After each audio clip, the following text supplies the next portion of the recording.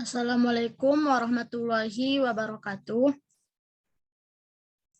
Alhamdulillah, alhamdulillahi rabbil alamin. Assalatu wassalamu ala asrofil amdiya wal mursalin wa ala alihi wa sahbihi ajmain amma ba'du. Pertama dan yang paling utama sekali, marilah kita panjatkan puji beserta syukur kita atas kehadirat Allah Subhanahu wa taala yang telah memberikan kita nikmat kesehatan dan juga nikmat kesempatan, sehingga dapat berhadir dalam presentasi hari ini. Sholawat dan salam tak lupa kita panjatkan kepada Nabi besar kita Muhammad Rasulullah SAW yang berlapaskan doa, Allahumma sholli ala Muhammad wa ala ali Muhammad. Yang sama-sama kita hormati, Bapak Dr. Darmansyah, ST MPD, dan Ibu Anis Fitria MPD selaku dosen dasar-dasar ilmu pendidikan. Dengan mempersingkat waktu, izinkanlah saya untuk memperkenalkan anggota kelompok dari 9. Yang pertama yaitu Latifah Saadah Rahmansyah sebagai pemateri 2, dan saya sebagai moderator sekaligus pemateri pertama. Langsung sajalah kita mulai dengan mengucapkan bismillah. Bismillahirrahmanirrahim. Adapun topik kita pada mata kuliah dasar-dasar ilmu pendidikan yaitu tokoh pendidikan yang berpengaruh di Indonesia. Yang pertama yaitu Ki Hajar Dewantara.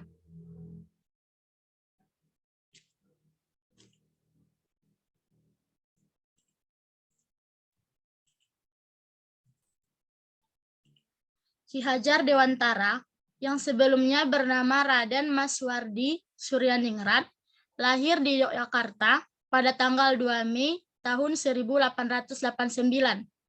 Ia adalah seorang putra terbaik negeri ini yang memiliki pemikiran yang sangat maju pada zamannya dalam memperjuangkan pendidikan yang hasil pemikirannya masih relevan hingga saat ini.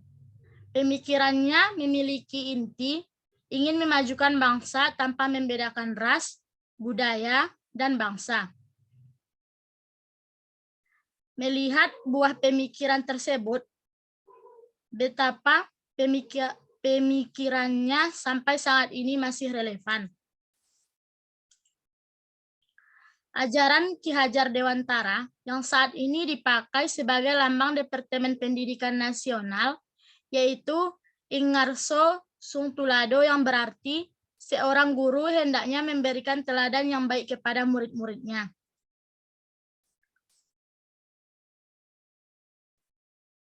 Ingnadia Mangsokarso, yang berarti seorang guru harus terus membuat inovasi dalam pembelajaran. Dan Tuturi Handayani, yang berarti seorang guru harus dapat membangkitkan motivasi, memberikan dorongan kepada anak didiknya untuk terus maju, berkarya, dan berprestasi. Semboyan tersebut sampai saat ini masih relevan, meskipun jika kita perhatikan, ada beberapa guru yang kurang paham tentang falsafah tersebut. Seorang pendidik harus menjadi teladan bagi anak didiknya dalam berbagai hal, sehingga guru dapat menjadi panutan bagi anaknya. Penyelenggaraan Taman Siswa didasarkan pada asas pendidikan yang dikemukakan oleh Ki Hajar Dewantara. Yang pertama yaitu asas kemerdekaan, yang kedua asas kodrat alam, yang ketiga asas kebudayaan, yang keempat asas kebangsaan, dan yang kelima asas kemanusiaan.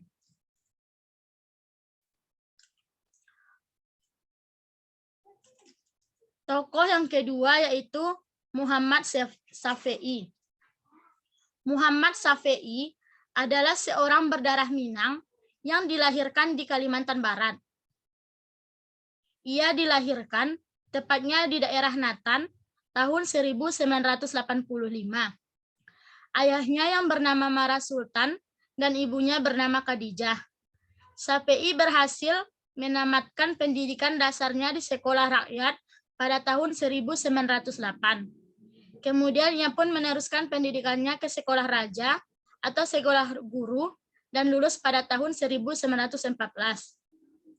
Perjalanan hidup mengharuskan dirinya hijrah ke Jakarta dan menjadi guru pada Sekolah Kartini selama 6 tahun. Dan di sela-sela kesibukannya, ia menyempatkan diri untuk belajar menggambar. Ia aktif dalam pergerakan Budi Utomo, serta membantu pergerakan wanita Putri Merdeka. Pada tanggal 31 Mei, Muhammad Safei berangkat ke negeri Belanda dan menempuh pendidikan dengan biayanya sendiri. Beliau belajar selama 3 tahun dan memperdalam ilmu musik, menggambar, pekerja tangan, sandiwara, termasuk memperdalam pendidikan dan keguruan. Pada tahun 1925, beliau kembali ke Indonesia untuk mengabdikan ilmu pengetahuannya. Sekembalinya dari Belanda, Safei menerapkan ilmunya dengan mengelola sebuah sekolah yang kemudian dikenal dengan INS Kayu Tanam. Sekolah itu lebih dikenal dengan nama Sekolah Kayu Tanam, sebab itu didirikan di Kayu Tanam. Kayu Tanam adalah sebuah nama desa kecil di Sumatera Barat, sedangkan INS, sebuah lembaga pendidikan yang merupakan akronim dari Indonesische Nederlandse School. Kemajuan terus berkembang dengan terbangunnya asrama dengan kapasitas 300 orang dan 3 perumahan guru, dengan jumlah murid 60 orang. Asrama itu dilengkapi dengan 1 ruang makan, dapur, restoran, gedung koperasi, lapangan tenis, kolam renang, taman baca, lapangan, ruang ibadah, ruang teori dan praktik, dan sarana prasarana lainnya. Adapun tujuannya sekolah itu diantaranya mendidik anak-anak agar mampu berpikir secara rasional, mendidik anak-anak agar mampu bekerja secara teratur dan sungguh-sungguh, mendidik anak-anak agar menjadi manusia yang berwatak baik, dan menanamkan rasa persatuan. Muhammad Safei meninggal dunia pada tanggal 5 Maret tahun 1969. Meskipun Muhammad Safei sudah tiada, namun jasa-jasanya tidak akan pernah terlupakan, apalagi pada para lulusan dari INS tersebar ke berbagai pelosok tanah air, yang tentu saja kiprahnya sangat besar bagi pembangunan bangsa dan negara. Sekian penyampaian materi dari saya. Materi selanjutnya akan dijelaskan oleh Saudari Latifah Saadah Ramansyah. Kepada saudari tersebut disilahkan. Baik, terima kasih kepada moderator. Baiklah, saya akan melanjut materi ketiga, yaitu Ki Haji Ahmad Dahlan. Next. Kiai Haji Ahmad Dahlan lahir di Kauman, Yogyakarta tahun 1868. Adalah putra dari Ki Haji Abu Bakar bin Kiai Sulaiman. Seorang khatib tetap di Masjid Agung Yogyakarta. Ketika lahir, Abu Bakar membernama si anak dengan Muhammad Darwis. Ki Haji Ahmad Dahlan adalah seorang tokoh Islam yang giat memperjuangkan umat Islam. Melalui bidang pendidikan, dia adalah tokoh pendidikan organisasi Muhammadiyah pada tahun 1912 di Yogyakarta. Ada beberapa hal yang melantar belakangi beliau mendirikan Muhammadiyah. Ini diantaranya adalah, yang pertama yaitu umat Islam tidak memegang teguh Al-Quran dan hadis Nabi sehingga menyebabkan perbuatan syirik semakin merajalela. Kedua yaitu keadaan umat Islam sangat menyedihkan akibat dari penjajahan. Ketiga yaitu persatuan umat Islam semakin menurun. Organisasi Muhammadiyah aktif menyelenggarakan lembaga pendidikan sekolah pada semua jenjang pendidikan dan tersebar ke berbagai pelosok tanah air. Tujuannya adalah terwujudnya manusia muslim berakhlak, cakap, percaya kepada diri sendiri dan berguna bagi masyarakat dan negara. Ki Haji Ahmad Dahlan meninggal dunia pada tanggal 25 Februari 1923 dalam usia 55 tahun. Next. Yang keempat yaitu Rahmah el-Yunusyah. Rahmah el-Yunusyah adalah ia anak bungsu dari 5 bersaudara. Lahir dari pasangan Muhammad Yunus bin Imamuddin dan Rafiah pada 29 Desember 1900 tersebut 1 Rajab 1318 Hijriah di Bukit Surungan.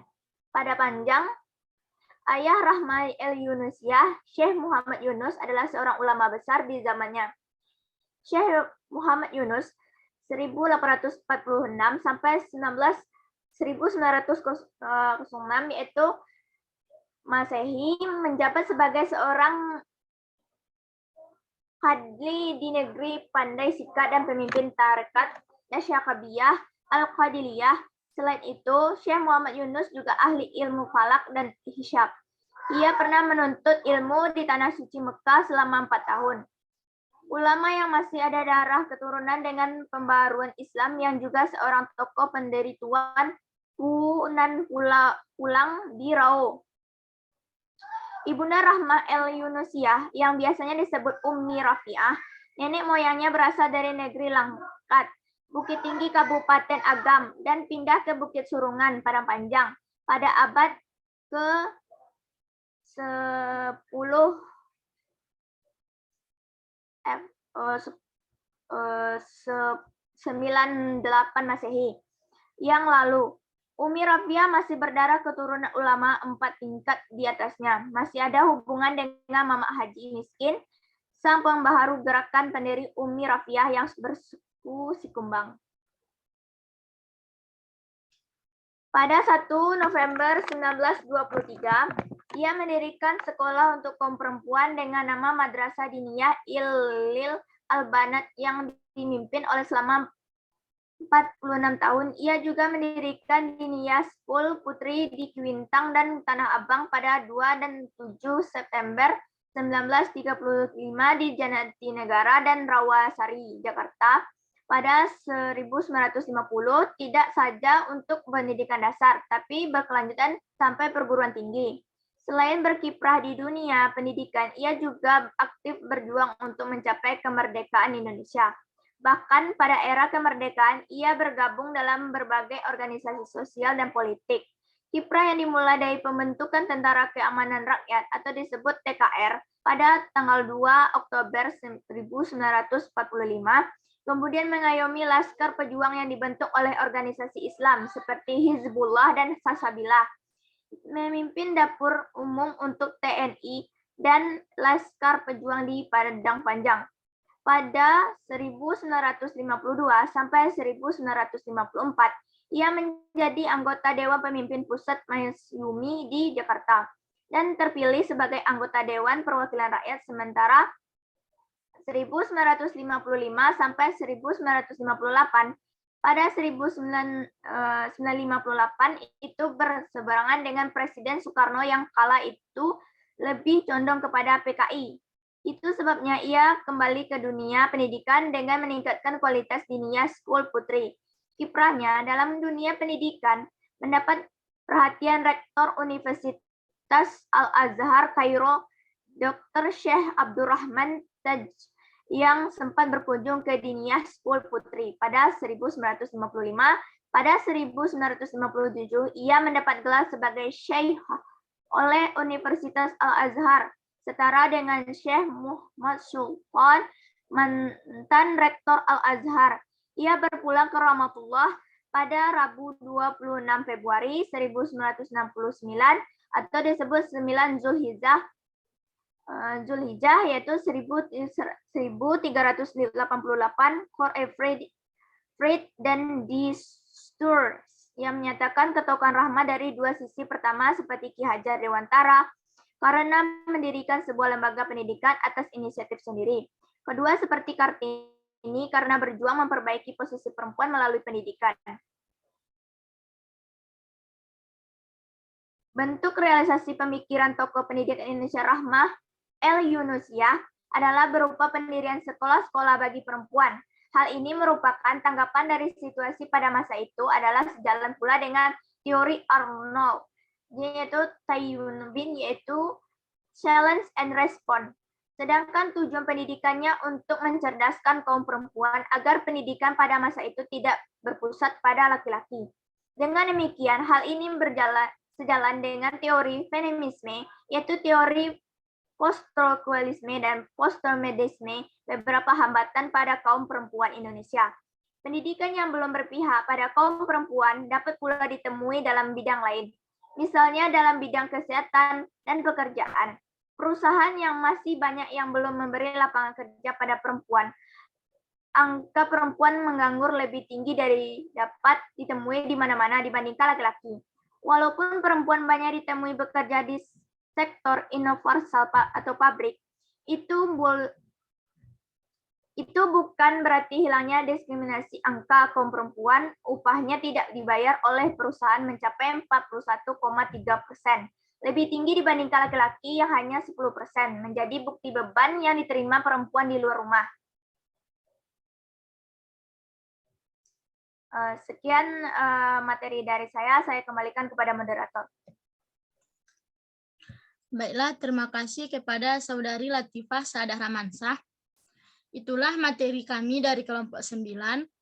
Adapun kesimpulan yang dapat diambil adalah banyak tokoh Indonesia yang memiliki pemikiran maju, khususnya dalam bidang pendidikan.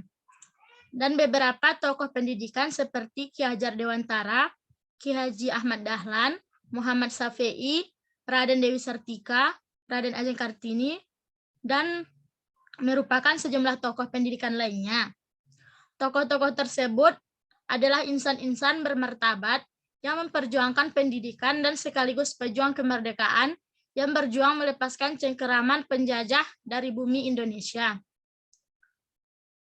Dan dapat dipahami bahwa tokoh-tokoh pendidikan di Indonesia sangat berpengaruh dan adil dalam perkembangan sistem perkembangan pendidikan di Indonesia yang memiliki pemikiran maju khususnya dalam bidang pendidikan. Itulah presentasi kami dari kelompok 9. Jika ada salah, mohon maaf. Assalamualaikum warahmatullahi wabarakatuh.